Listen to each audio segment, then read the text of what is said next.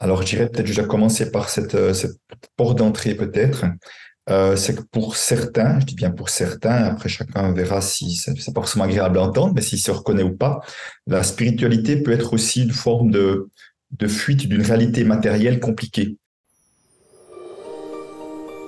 Dans cet épisode de podcast, je reçois Christian Junod, expert de la relation à l'argent en francophonie. Christian Junod est un des rares experts sur ce thème encore tabou qu'est la relation à l'argent. Économiste de formation, banquier durant 23 ans, sa reconversion à la suite d'un licenciement a été plutôt aisée car il avait réussi à calmer de nombreuses peurs en lien avec l'argent. Dans ses livres et ses stages, Christian nous parle d'argent, certes, mais aussi d'amour, d'intuition et d'évolution personnelle. Cette interview était très importante à mes yeux car elle a pour but d'ouvrir la discussion sur cette thématique trop souvent tue, où de nombreuses croyances sont cristallisées. Je vous invite à découvrir ce partage profond qui, j'en suis sûre, vous permettra des prises de conscience, non seulement sur votre rapport à l'argent, mais aussi sur vous-même. Car je vous le rappelle, ce podcast a pour but de remettre du sacré et de la conscience dans notre vie incarnée et matérielle. Quoi de plus symbolique que de parler d'argent pour répondre à cette question? Bonjour à tous et bienvenue dans cette nouvelle entrevue. Aujourd'hui, j'ai le grand plaisir de recevoir Christian Junod. Christian qui est un expert sur la relation à l'argent. Et aujourd'hui, dans ce podcast, qui est un podcast sur la spiritualité et sur le fait de remettre du sacré dans notre vie incarnée, quoi de plus symbolique que de parler d'argent, que de parler d'équilibre entre la matière et la spiritualité. Aujourd'hui, j'avais vraiment envie d'ouvrir la discussion sur ce sujet qui est parfois vraiment tabou, d'une part dans notre société et encore plus lorsqu'on parle de spiritualité, parfois même il est vu comme antinomique et je crois qu'il y a besoin d'ouvrir un petit peu les pensées, d'ouvrir la discussion et peut-être de décristalliser aussi un petit peu cette question. Alors Christian, merci à toi d'être avec nous et bienvenue.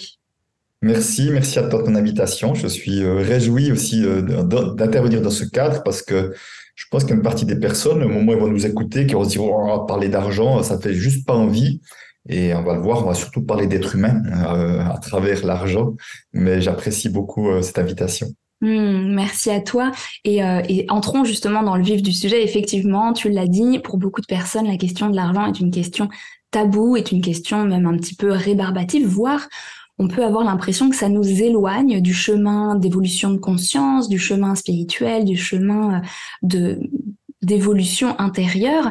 Et pour toi, tu le dis à plusieurs reprises, la relation à l'argent est une façon d'entrer dans les profondeurs de l'être humain.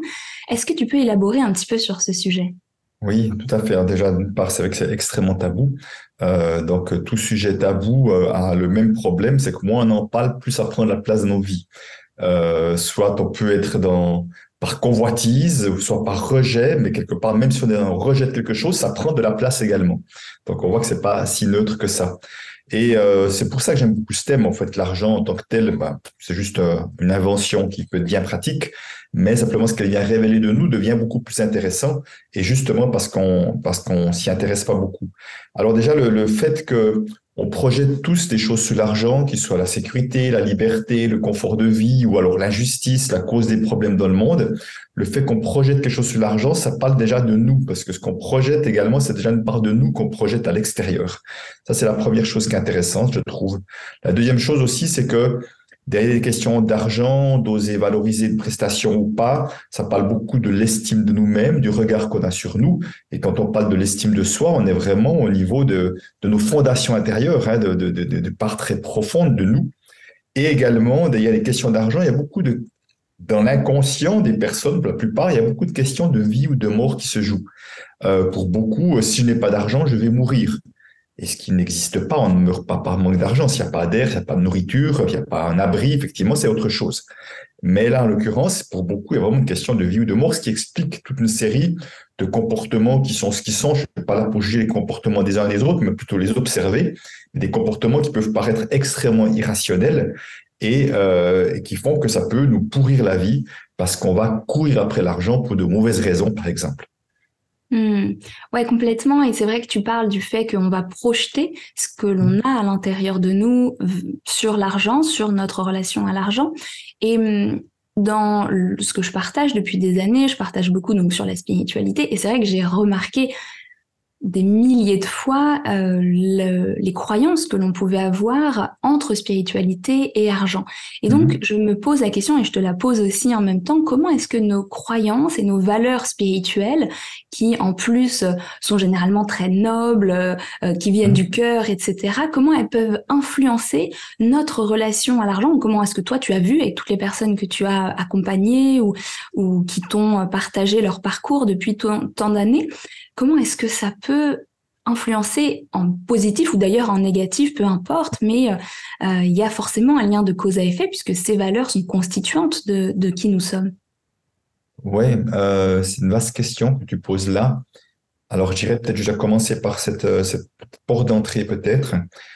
C'est que pour certains, je dis bien pour certains, après chacun verra si c'est pas forcément agréable à entendre, mais s'il se reconnaît ou pas, la spiritualité peut être aussi une forme de fuite d'une réalité matérielle compliquée.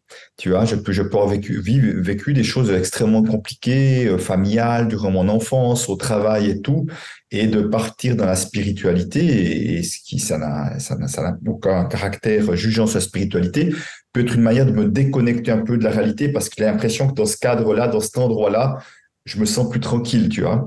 Je me sens plus tranquille et alors je pousse le trait à l'extrême en disant je suis seul quelque part dans la nature ou même chez moi en train de méditer. J'ai l'impression que mes problèmes n'existent plus. Ce qui d'une certaine manière potentiellement est vrai aussi. Mais à un moment donné, s'il y a des problèmes réels dans ma vie, c'est important que je m'en occupe aussi. Parce que ce n'est pas de les fuir, ne vont pas les résoudre. Au contraire, ça va faire que les renforcer. Mm. Donc ça, c'est un premier risque.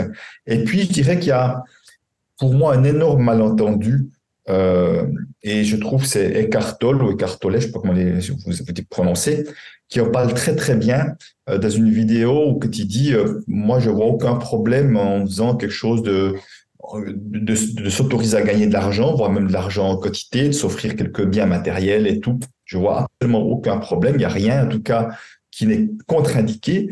Où je vois un problème, c'est quand on vient à s'attacher à la chose. Dès le moment où il y a attachement, là, effectivement, dès qu'il y a attachement, inévitablement, il y a de toute façon de la peur. Peur de perdre la chose. La chose, enfin, chose entre guillemets, qui s'appelle argent, qui s'appelle mon partenaire de vie, qui s'appelle mon véhicule automobile, mon appartement, ma maison ou ma réputation, je ne sais quoi. Il y a des peurs. Mais là, la réputation, on parle d'immatériel. Mais dès le moment où on parle de quelque chose de matériel, je peux effectivement avoir une immense gratitude. J'habite dans une maison dans la nature et j'ai une immense gratitude d'habiter là. Mais si je crois que mon bonheur dépend du fait d'habiter là, je suis déjà perdu. Je suis déjà en train de créer une peur avec tout ce qui sera associé derrière. Et je trouve que cette phrase résume tellement je dirais cette différence et ce malentendu qu'on croit que c'est mal d'avoir des choses matérielles, d'avoir de l'argent. Non, on peut avoir une gratitude énorme et d'en profiter pleinement, mais sans y être attaché.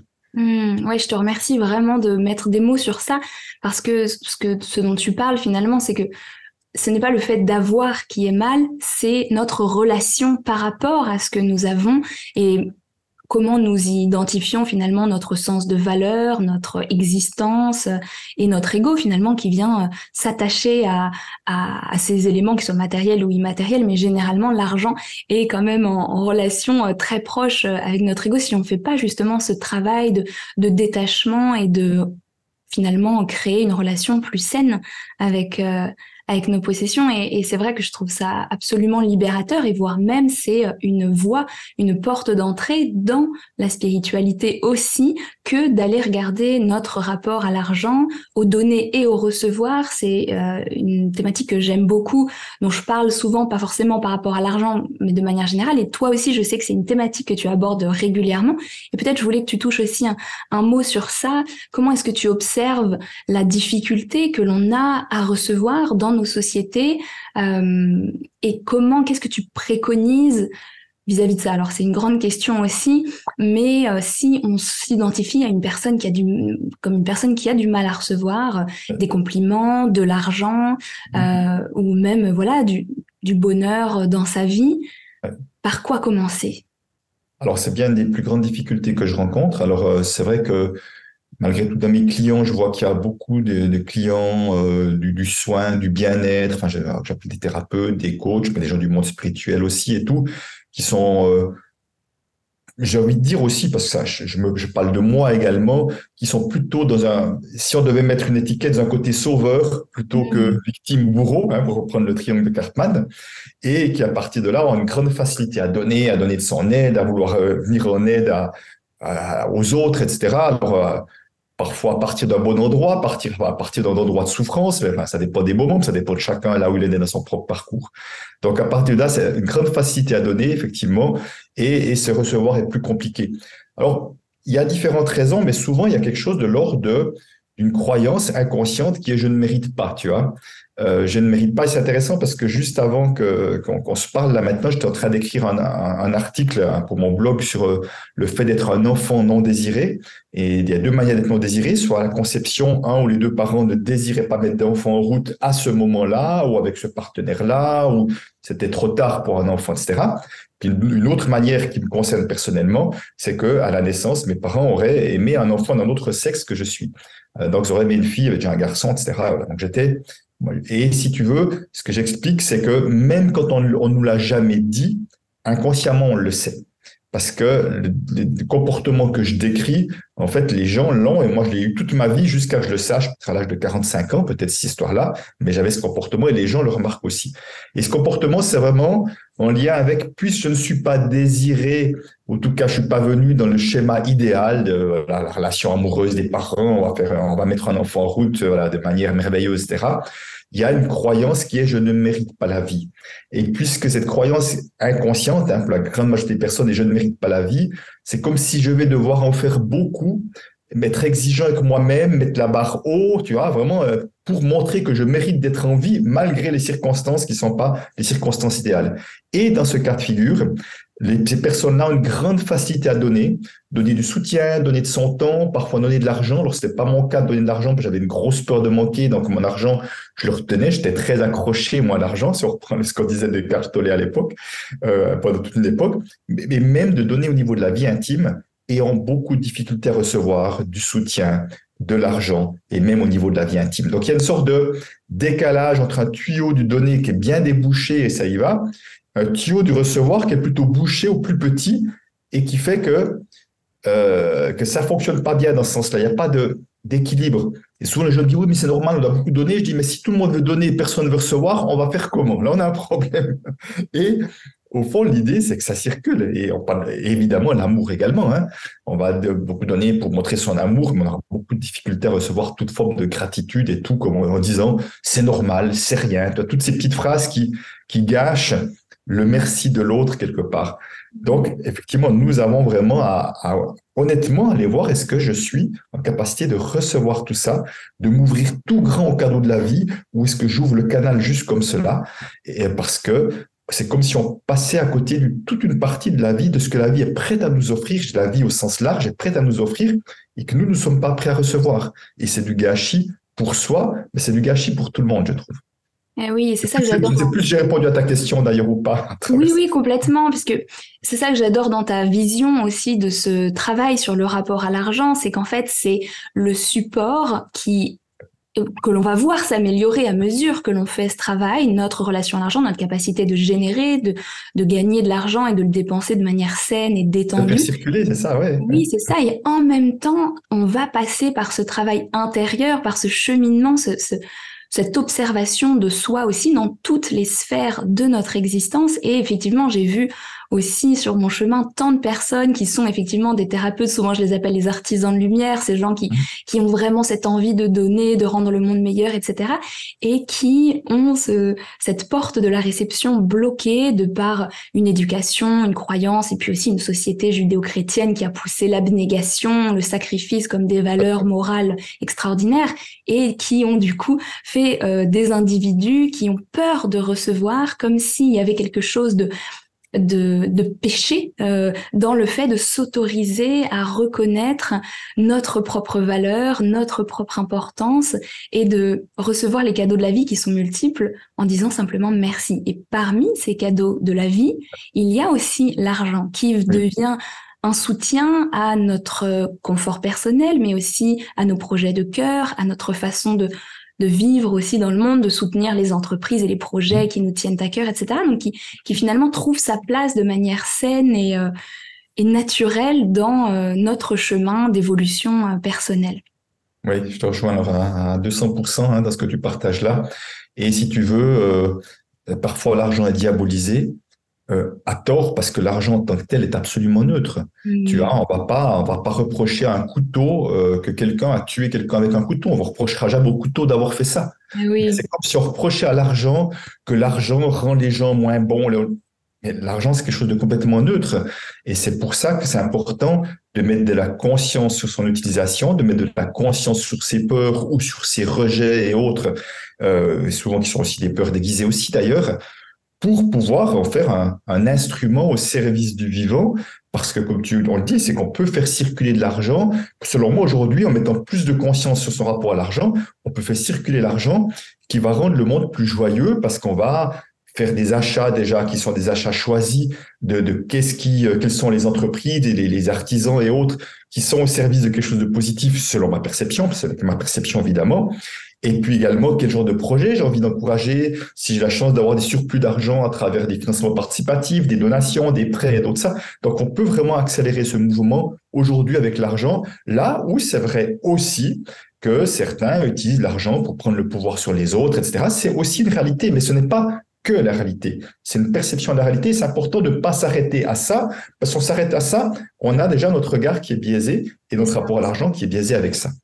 Eh oui, ça devient une croyance finalement qui ne fait qu'être perpétuée et répétée. Et je crois aussi que je me faisais la réflexion récemment et je trouve que ton travail participe à ça. On a besoin de modèles, de personnes inspirantes qui génèrent de l'argent avec justement cette joie, ce naturel, sans avoir attaché toutes ces croyances négatives qu'on nous rabâche depuis tant d'années et simplement avoir des modèles plus sains et plus conscients dans leur rapport à l'argent. Et donc je trouve ça absolument nécessaire que voilà des personnes qui ont fait ce travail, qui ont un grand cœur, qui ont cette capacité à donner, soient aussi les représentants de cette nouvelle façon de vivre son argent et de montrer aussi sa façon de dépenser, enfin simplement dans ce qu'on incarne.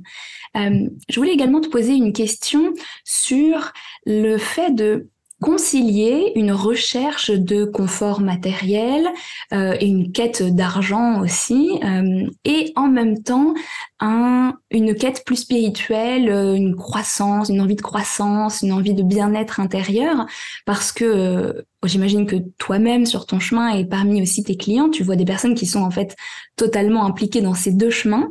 Comment est-ce que pour toi on concilie, alors on a déjà commencé à y répondre, mais au niveau de ces croyances, comment est-ce qu'on peut faire en sorte de réconcilier finalement nos croyances sur l'argent et sur le confort matériel et en même temps nos croyances sur la spiritualité?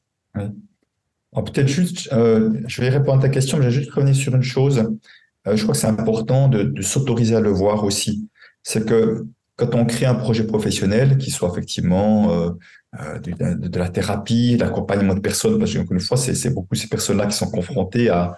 Enfin, déjà, je vois que quand on devient indépendant entrepreneur, les défis d'argent sont beaucoup plus importants que de les générer par soi-même que si on est salarié et que ça tombe tout seul à la fin du mois. Ça ne veut pas dire qu'il n'y a pas du stress et tout ça en étant salarié du tout, mais par rapport à l'argent, c'est autre chose.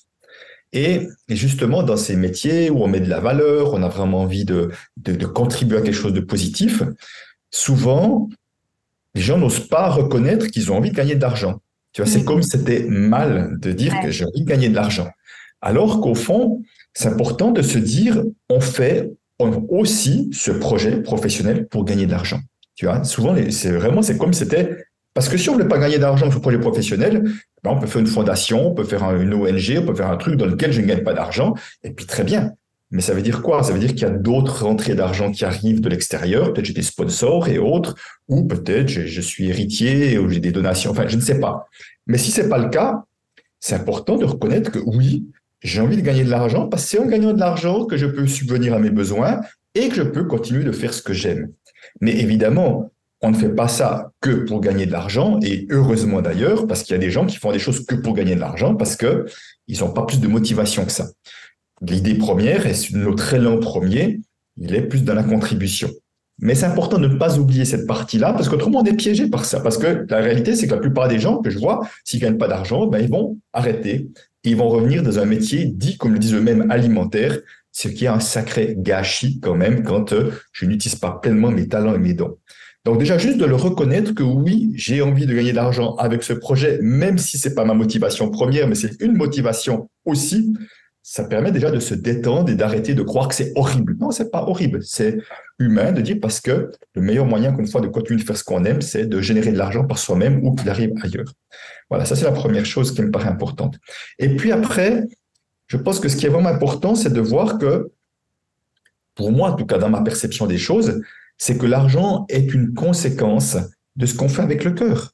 C'est-à-dire que moi, aujourd'hui, ce que je réfléchis en permanence, c'est comment je peux contribuer le mieux et le plus possible. Autrement dit, comment mes talents peuvent être utilisés le mieux possible. Et les talents, on en a tous, les talents et les dons, on en a tous sans exception, le mieux possible pour que je n'ai pas de regret en disant, ah ben, j'ai joué petit, mais j'avais capacité de jouer plus grand, quoi. J'ai pas envie de ça, quoi. À un moment donné, j'ai pas envie de dire, ah ben, j'ai pas osé parce que j'ai laissé les peurs prendre dessus. Et moi, cette contribution, c'est un peu je veux dire, je vais utiliser un peu un gros mot, c'est presque une obsession de voir comment je peux contribuer toujours mieux, plus, toucher plus de monde, etc. Et si je le fais bien, si je m'autorise, et je me prends des risques financiers aussi parfois pour cela, si je le fais au mieux, la conséquence potentielle, c'est que j'aurais et contribué plus et potentiellement j'aurais gagné plus d'argent. Mais c'est pas ça qui me drive. Je sais que c'est pas ça. J'ai plus de 60 ans aujourd'hui. C'est pas ça qui, un jour, sur mon lit de mort, me dit, ah, génial, j'ai fait 1 million de chiffre d'affaires une année, qui m'est jamais arrivé, mais potentiellement, pourquoi pas. C'est pas ça qui me dira, waouh, t'as réussi ta vie. Ça n'aura rien à voir. Par contre, tout ce qu'on aura tous, on connaît tous ça, tous ces retours qu'on aura eu de personnes qui, juste à travers un sourire, à travers un soin, à travers quelque chose, dira, waouh, vous avez changé quelque chose dans ma vie. Ça, on va le garder dans son cœur parce qu'on se dit, si ma présence sur Terre pouvait contribuer à quelque chose de précieux pour certains, comme plein de personnes étaient tellement soutenantes pour moi aussi, et que je peux être cette personne-là pour d'autres, ben, qu'est-ce que je prends un beau sourire au moment où je partirai sous une autre dimension. Tu vois, et c'est important de vraiment voir que, moi, je dis toujours à mes clients, si vous focalisez sur votre contribution, ça vous mettra de la joie. Si vous focalisez sur gagner de l'argent, ça vous mettra de la pression. Et encore une fois, c'est pas mal de gagner de l'argent, mais c'est juste que on met souvent pas son énergie au bon endroit. Oui, donc finalement, c'est remettre les choses à la bonne place, dans le bon ordre, se focaliser avant tout sur notre intention de cœur, sans oublier notre dimension incarnée matérielle qui nécessite dans notre monde actuel que l'on gagne cet argent pour venir soutenir tout le reste. Et je trouve que dans ce que tu dis, ça nécessite aussi un travail d'honnêteté vis-à-vis de soi-même qui souvent on fuit un petit peu, comme tu le disais, ces questions beaucoup plus matérielles, tangibles, et je le vois beaucoup aujourd'hui dans mon entreprise. Comme tu le disais, mon intention première, c'est de donner avec le cœur, c'est de rendre le monde meilleur, c'est de mettre mon énergie, mon temps, ma valeur au service d'une vision en laquelle je crois. Cependant, je n'ai pas oublié en chemin le côté structuré dont l'argent fait partie, où j'ai des gens qui travaillent avec moi, on met en place des projets, donc on paye pour des services, etc., pour que la qualité de ce qui est créé soit comme on l'avait envisagé. Et en fait, je trouve aussi que, et ça a été un vrai chemin pour moi aussi petit à petit, de retrouver cette forme de cohabitation intérieure, cette forme d'équilibre. Et tu l'as très bien résumé. Et finalement, en fait, on peut aller plus loin, on peut servir mieux, on peut rayonner davantage et aider, soutenir, permettre au monde d'avancer peut-être plus vite par aussi ce soutien que l'on va recevoir, par le recevoir, justement, que ce soit sous forme d'argent, mais aussi toutes les formes de recevoir, avoir un certain confort, par exemple. Par exemple, là, en ce moment, j'ai trouvé un Airbnb qui est très sympa dans lequel on est ce mois-ci. Ça me permet d'avoir un endroit calme pour enregistrer cette interview, par exemple. Et ça paraît évident, et pourtant, ce sont des choix et des décisions qui mènent à reconnaître, voilà, je mérite d'avoir un bel endroit, et ça, plus je prends soin de moi, plus aussi je peux prendre soin du monde de cette manière-là, et je trouve que c'est magnifique de le voir, de le vivre, mais aussi de le travailler et d'être honnête avec soi-même sur le fait que, ben oui, l'argent, je peux changer ce rapport-là, je peux le regarder avec joie, avec amour, avec gratitude, parce que c'est un soutien extraordinaire et une source aussi voilà, comment je pourrais dire ça, des investissements à venir qui vont être les investissements de mon cœur. Et Oui, ouais. j'aimerais rajouter deux choses dans ce que tu dis. Vraiment, je te rejoins encore une fois. Et c'est que moi, l'argent pour moi est une manière, je dis une manière, c'est pas la seule évidemment, d'honorer ce que je reçois. Parce que j'ai la chance d'avoir des personnes également qui font des prestations pour moi et tout, et que j'apprécie, et j'apprécie la manière dont ils le font. Donc, je peux aussi honorer avec un grand plaisir aussi en faisant circuler l'argent, en les payant pour cela. Donc, et évidemment, il y a d'autres manières d'honorer, mais c'est une belle manière. Et puis, une autre expérience que j'ai vécue, j'ai envie de la partager. J'ai eu l'occasion de travailler plusieurs fois dans des milieux bénévoles. Et je me souviens d'une fois, ça avait été marquant, où j'avais posé la question qui était, qui pense parmi vous que ce que vous faites est plus honorable parce que vous n'êtes pas payé? Et les trois quarts ont levé la main. Donc, tu vois, c'était une sacrée croyance. Pas je ne suis pas payé, ce que je fais est plus honorable que si j'étais payé. Et j'aurais dit, vous avez évidemment le droit de croire ça. Moi, je ne le crois pas une seconde. Pourquoi? Parce que je pense que ce qui va faire une réelle différence, c'est évidemment les compétences, parce que même en étant bénévole, ça demande des compétences que vous faites. Et puis deux, c'est le cœur que vous mettez dans ce que vous faites. Et on peut mettre du cœur en étant payé ou pas payé. On peut ne pas mettre de cœur en étant payé ou pas payé. Mais ça serait très réducteur juste de dire pas je suis pas payé, c'est plus honorable. Ouais, complètement. Et moi, j'ai travaillé dans une ONG à la sortie de mes études. J'ai travaillé pendant 6 mois dedans. Et tout le monde faisait un travail, franchement, des heures incroyables, un travail intense avec des salaires, franchement, des fois de misère. Et je voyais les gens faire burn-out, super-out, tomber malades. Je voyais les gens être déprimés et finalement quitter l'ONG complètement éreintés et voilà, à bout de souffle. Et je me disais, bah finalement, en plus, les associations, les ONG sont dans une perpétuelle quête de fonds et d'argent. Et donc, en fait, c'est un petit peu, voilà, il y a une forme de choses qui ne fonctionnent pas, où en fait, on se revendique de faire les choses sans argent et en même temps, on est toujours en train d'en demander parce que on en a besoin pour fonctionner. Et donc, parfois, c'était vraiment... je me disais, mais ces personnes-là, qui étaient des personnes en plus, généralement, qui justement avaient un grand cœur, des talents incroyables, des gens qui parlaient 6 ou 7 langues, des gens qui ont eu des expériences incroyables dans le monde et qui décidaient de mettre leur savoir-faire, leur talent au service de ces valeurs et de ces projets, en fait, étaient voilà, dans des situations où ils se tuaient à la tâche, littéralement. Et je me disais, il y a quelque chose qui fonctionne pas là-dedans. Et je pense aussi que c'est un peu le reflet de notre société. Et d'ailleurs, notre rapport à l'argent aujourd'hui sur Terre est aussi le reflet de notre conscience actuelle en tant qu'humanité. Il y a d'ailleurs un joli piège dans ce que tu partages. C'est qu'une partie, je dis bien une partie, des personnes qui vont créer des ONG et autres, le font parfois par rejet de notre société, de fonctionnement, société de consommation. J'appelle souvent une société de compensation. Hein. Pour moi, c'est juste qu'un reflet des compensations qu'on cherche à faire à travers la consommation pour beaucoup. Mais une sorte de rejet de la société, de cette société-là, et en même temps qu'ils rejettent la société, ils rejettent l'argent avec, comme étant une des causes ou un mal, etc. Et si tu veux, tu vois, le paradoxe, c'est que je rejette la société et l'argent, et j'aurais besoin d'argent. J'ai besoin d'attirer de l'argent pour mener mes projets à bien et je rejette l'argent. Donc c'est une sorte de déchirement intérieur, tu vois, c'est entre guillemets le mal nécessaire. On va quand même devoir mettre de l'énergie là-dedans. C'est une énergie qui fonctionne très mal pour beaucoup parce que justement la capacité de s'ouvrir au flux d'argent n'est pas présente et surtout c'est la part du fondateur qui est la source de ce projet. Il amène ses lumières et ses ombres. Et souvent, il y a des ombres en lien avec l'argent.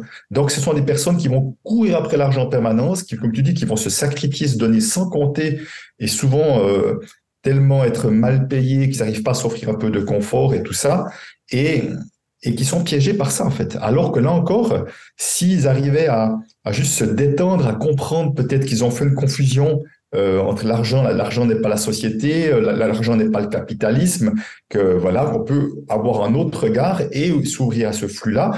Ils seraient beaucoup plus impactants Et surtout, il y aurait beaucoup plus de respect. Parce que souvent, on veut amener du respect à l'extérieur, mais on ne se respecte pas à l'intérieur, quoi. Il y a aussi encore un joli piège. Et encore une fois, je n'en jette pas la pierre parce que je me reconnais aussi là-dedans parfois dans ce genre de fonctionnement. Ouais, merci de partager ça parce que c'est vrai que on peut tous se reconnaître dans ces modes de fonctionnement à certains moments, mais d'où l'importance aussi dans ce que tu partages. Ça souligne le besoin de faire ce travail d'apaisement, de guérir ses blessures, d'aller conscientiser notre rapport à l'argent pour retrouver cet alignement qui va faire en sorte que à la fois nos projets et notre capacité à nous nourrir de toutes les façons possibles va devenir beaucoup plus saine, équilibrée et donc ça va donner plus de portée à nos projets. Et j'ai bien aimé que tu aies partagé donc cette expérience que tu as eue personnelle et j'avais justement une question sur est-ce que tu as des histoires, des anecdotes de personnes peut-être ou de toi-même que tu as pu accompagner qui justement ont réussi à transformer leur vie en conscientisant leur rapport à l'argent, mais en trouvant cet équilibre entre leurs croyances spirituelles et leur rapport à l'argent, parce que je trouve que les exemples, les histoires parfois parlent encore plus que les concepts et peuvent aussi nous permettre de réaliser, d'accord, ah oui, en fait, si je travaille ma capacité à recevoir, eh bien, je guéris aussi certains problèmes d'argent, etc. Ouais, bien sûr. Ah bon, heureusement que j'ai quelques histoires quand même, parce qu'autrement, on se pourrait se demander à quoi sert ce que je fais. Mais juste une première anecdote qui me vient quand tu dis ça, c'est une personne qui vient à l'atelier et puis qui me dit si à la fin des 2 jours, tu arrives à me faire comprendre que gagner de l'argent, c'est pas quelque chose de mal, tu auras réussi. Je dis bon, moi j'ai pas de projet sur toi, mais enfin bref. Le deuxième jour, il était toujours avec sa croyance très forte que gagner de l'argent, c'est mal. Et puis je lui dis, mais est-ce que tu aurais un livre qui t'a beaucoup inspiré, qui t'aide beaucoup et tout, que tu apprécies énormément? Puis il dit oui, c'est le livre écrit par Mathieu Ricard, Alexandre Jolien et Christophe André, le premier qu'ils ont écrit. Je sais plus les trois potes qui se retrouvent et puis je sais plus comment s'appelle ce livre-là, mais enfin, je pense que certains verront bien de quel livre il s'agit.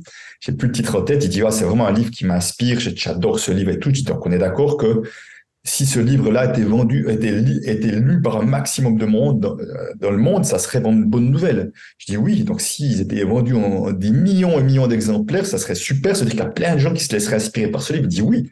Je dis donc, si on vend ce livre 5, 10, 20 ou 40 millions d'exemplaires, sache que ces gens-là auront gagné des millions. Et puis, il me regarde et dit, ah ouais, j'ai pas pensé à ça. Tu as gagné, c'est bon. Tout à coup, il vient de se rendre compte que je dis, moi, j'ai pas écrit des livres pour qu'ils se vendent à 10 exemplaires. J'espère que mes livres se vendent à un maximum d'exemplaires, pas parce que c'est mes livres, parce que j'ai la croyance qu'il y a un potentiel de transformation derrière qui fait que ça serait une bonne nouvelle, je trouve, pour moi, qui puisse effectivement être accessible à un maximum de monde. Après, ils peuvent être en bibliothèque, ils peuvent être donnés, il y a plein de manières, bien sûr, d'entrer en contact avec le livre. Mais tu vois, à un moment donné, c'est juste de sortir de cette histoire-là, de voir que oui, effectivement, ce que je propose, plus ça circulera, plus ça contribuera. Et effectivement, j'ai beaucoup de personnes qui, à un moment donné, s'autorisent à voir plus grand, ont lâché ces croyances limitantes qu'ils ne méritaient pas plus que ça, et tout à coup, ils ont commencé à rayonner beaucoup plus. J'ai beaucoup de situations de personnes qui m'ont écrit après comme dit, grâce à un atelier, j'ai enfin pu lâcher mon travail alimentaire dont je ne pouvais plus pour me lancer dans mon projet de cœur. Je me dis, waouh, ça c'est formidable parce que j'ai vraiment la croyance que plus on sera nombreux à faire ce que nous aimons et à donner, à rayonner la pépite que nous sommes, eh ben, mieux notre monde se portera. Alors moi, mes jobs, c'est de me dire, j'ai envie de faire en sorte que l'argent ne soit pas ce frein qui empêche les gens à ça. Donc, ça, j'ai beaucoup de témoignages de ce style-là, tu vois, de dire, voilà, et enfin, les gens, ils osent rayonner, qui sont un peu plus. Et surtout, si tu veux, aujourd'hui, je peux le dire, parce que tu as assez d'expérience, mais avant, je n'osais pas le dire, ou je ne le voyais pas de cette manière-là. Mais le meilleur moyen, peut-être même le seul moyen d'avoir une meilleure relation à l'argent, c'est d'apprendre à mieux et plus s'aimer. Il n'y a pas d'autre chemin que celui-ci pour moi. Je n'ai pas trouvé d'autre chemin que celui-ci. Alors, je sais qu'il y aura plein de gens sur Internet qui vont proposer comment faire des chiffres d'affaires de temps, de machin. Enfin, on n'appâte les gens avec leur faire gagner beaucoup plus d'argent, mais je sais que ça cache toujours autre chose qui est, mais quand vous voulez gagner plus d'argent, c'est quoi que vous voulez de plus? C'est pas d'argent que vous voulez. L'argent, c'est un prétexte. Il y a autre chose derrière.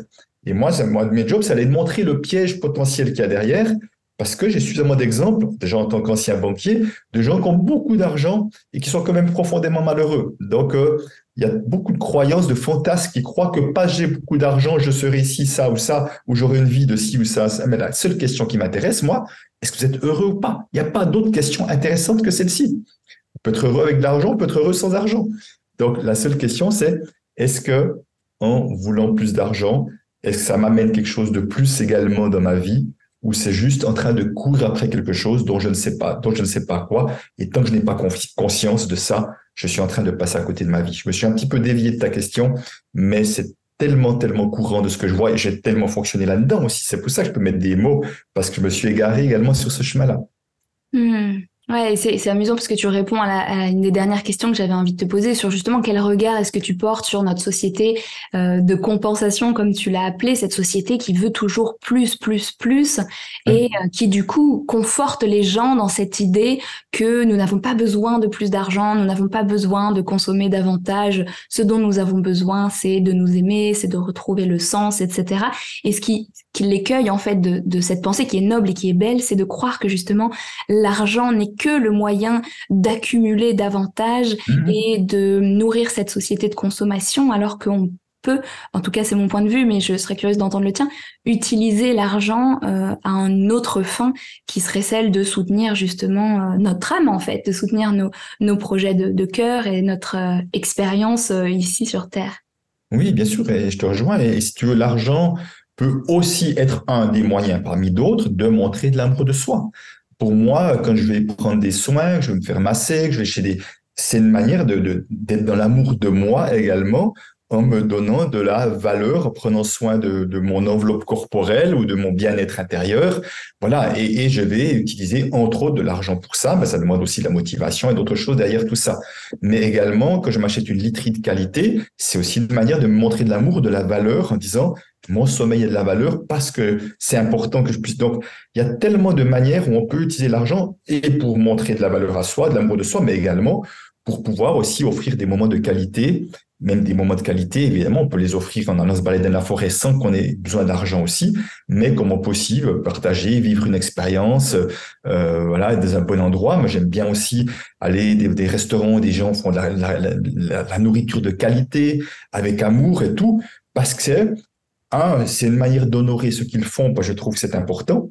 Et si tu veux, c'est bien joli de dire, il y a plein de gens qui font des trucs formidables, mais quelque part, si moi, mon argent ne sert pas aussi, parce qu'au moment où j'utilise mon argent pour acheter des produits d'artisans et autres, ou j'ai des restaurants de qualité, je suis en train de les encourager à continuer à faire cela avec mon argent. Je suis pas juste en train de consommer un bon repas, je suis en train quelque part de les encourager. Et c'est pour ça que je trouve que on peut vraiment utiliser notre argent avec amour, et dès le moment où on honore ce que font les gens, c'est déjà de l'amour qu'on donne derrière. Et ça, je trouve ça vraiment important, encore une fois, d'être conscient que l'argent peut être utilisé avec amour et qu'il peut augmenter cela. Et par rapport à notre société actuellement, moi, j'ai la croyance, aujourd'hui, une des croyances que j'ai, c'est que si nous en sommes là aujourd'hui, c'est justement parce qu'on ne s'occupe pas de notre relation à l'argent. C'est parce que l'argent prend beaucoup trop de place dans notre société, parce qu'on ne va pas voir ce qu'il y a derrière. Et que je crois vraiment que si, par baguette magique, parce que je sais que ça demande du temps, un peu de temps, mais si l'ensemble de la population avait une relation à l'argent saine et tranquille aujourd'hui, notre société n'en serait absolument pas là où on en est aujourd'hui. Les milliardaires arrêteraient d'en vouloir toujours plus parce qu'ils ne se rendent pas compte que ce n'est pas de l'argent qu'ils veulent plus, c'est ce que représente l'argent pour eux. Tous ceux qui s'empêchent de gagner de l'argent en faisant des choses formidables s'autoriseraient à recevoir, encore une fois, juste pour équilibrer le donner et le recevoir. Et qu'on arrêterait effectivement d'acheter des choses juste par compensation parce qu'on croit qu'on sera plus quelque chose avec cette marque-là ou tout ça. Mais on peut acheter des marques parce qu'il y a des marques, encore une fois, qui ont des belles valeurs et tout ça.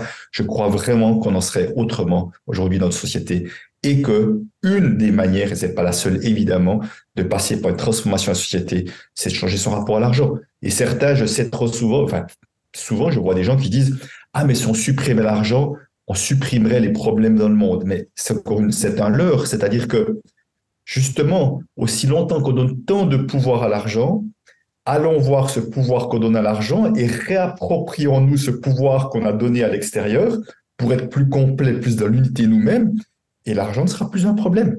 Parce que le pouvoir que je donne à l'argent, si je supprime l'argent, je donnerai ce même pouvoir-là, j'ai rien de chercher, le donner sur un autre vecteur, un autre écran de projection, et ça ne changera rien. C'est juste, moi, j'utilise l'argent comme de la guérison intérieure. Donc, ce que je n'ai pas guéri à travers l'argent, j'aurai à le guérir ailleurs de toute manière, parce que ce n'est pas pour autant que mon insécurité, si je prends l'exemple typique, les gens très insécures qui projettent leur sécurité sur l'argent ou leur liberté sur l'argent, comme je l'ai fait pendant moi, de la sécurité pendant des décennies, eh ben, c'est pas parce qu'on supprime l'argent que je serai sécure intérieurement. J'irai chercher un autre vecteur de sécurité à l'extérieur, jusqu'au jour où j'ai pris conscience que ma sécurité, elle était en moi et j'avais à m'en occuper moi-même. L'argent ne pourra jamais compenser mon insécurité, tu vois. Donc, c'est là que l'argent est un outil de guérison. Et si on enlève l'outil de guérison, il faut en trouver un autre. Et un jour, l'argent deviendra quelque chose de complètement neutre parce que on n'aura plus ces problèmes-là. Ouais. Ouais, merci infiniment pour ce partage et c'est vrai que c'est le principe en fait des parties d'ombre que nous avons dans lesquelles en fait on projette certaines choses que l'on ne veut pas regarder en blâmant cette partie-là comme étant le problème alors qu'en réalité c'est ce qu'il y a derrière et le travail c'est d'aller mettre de la lumière dessus et peut-être une clé pour finir que je prends de ce que tu as partagé, c'est que dans notre rapport à l'argent, plutôt que de effectivement blâmer l'argent en tant que tel, allons voir ce qu'il y a derrière. Lorsque l'on souhaite acheter quelque chose, le problème n'est pas l'achat ni l'objet, mais allons voir quelle intention nous y mettons. Est-ce que c'est pour combler un manque ou un besoin, ou voilà trouver une forme de sécurité, ou bien de valeur que l'on ne ressent pas à l'intérieur, ou est-ce que c'est par pure joie, pure gratitude, pur plaisir, et voilà, et en fait d'aller faire ce travail perpétuel de transparence, d'observation intérieure, on va recevoir des prises de conscience assez incroyables et peut-être pacifier aussi notre rapport à l'argent. Mais l'observation est vraiment capitale et moi j'ai vu par rapport à ces achats que parfois je me sentais comme appelé à acheter des choses et quand je me suis arrêté, j'ai pu observer deux choses. Soit dans ces moments-là, j'étais pas bien dans mes baskets et je cherchais une sorte d'ingrédient absolument qui ne donne aucun résultat évidemment à vouloir acheter quelque chose. Ou parfois, à l'inverse, j'étais tellement euphorique. Et on voit des fois les gens dans en vacances, ils vont claquer un argent dingue parce qu'ils sont d'euphorie, qui veulent matérialiser par des achats. C'est souvent ces deux extrêmes-là qui fait que, en tout cas personnellement, mais je crois que ça touche pas mal de monde, qui fait qu'on peut avoir des achats qui finalement n'amènent aucun bien-être, aucune valeur quelque part. Merci infiniment Christian pour ces partages. Donc je rappelle, tu as mentionné tes livres, donc tu en as fait plusieurs, notamment Ce que l'argent dit de vous, qui est aux éditions Erol. Tu as aussi Enfin libre d'être soi-même, qui est aux éditions Jouvence, me semble-t-il, et Le défi des 100 jours, pour en citer que 3 avec Lilou Massé. Et tu fais aussi des ateliers, tu partages énormément, tu as aussi une chaîne YouTube, un site internet sur lequel on peut retrouver tout ce que tu partages. J'encourage vivement nos auditeurs à aller fouiller, à aller écouter pour faire ce travail et continuer peut-être de nourrir ces prises de conscience sur le rapport à l'argent. Mais merci à toi Christian de ta présence, de ton partage et de ton travail aussi. Ces partages que tu fais depuis de nombreuses années qui ont, j'en suis certaine, éclairé beaucoup de monde. Merci à toi. Juste une petite chose, j'ai un 4e livre qui a été écrit, ça s'appelle Réussir son couple. Oui, c'est vrai. Écrit avec mon épouse, voilà, puisqu'il y a plus de 45 ans qu'on est ensemble, donc voilà, on avait 2-3 clés à partager.